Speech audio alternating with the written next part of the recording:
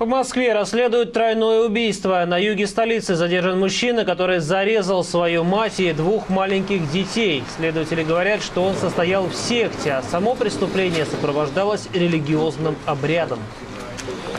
В квартире было обнаружено трупы двух малолетних детей и их бабушки.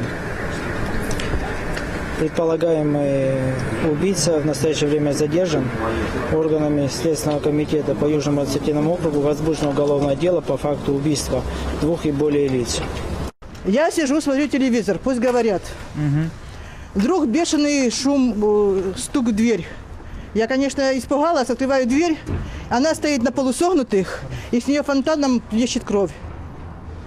Я говорю: Нина, ну я уже поняла, потому что этот такой товарищ уже было давно известно, что он, извините, с придурью. Я ее пустила, дверь закрыла. Входную дверь закрыла и мою дверь закрыла. В первую очередь начала вызывать скорую. Скорая не брала трубку очень долго. Милиция очень долго не брала трубку. Человек не работал, и у него были сдвиги. Ну, я не в том плане, сейчас многие не работают официально, все. Но человек постоянно сидел, только Богу молился. С собой забрать своих самых близких. Детей и мать. То есть он смертельно болел, что ли? Он смертельно болел, да. Онкология, что ли? Я не могу вам сказать, чем он смертельно. Вы это узнаете, болел. и все, да. Болел. Вот только наше предположение.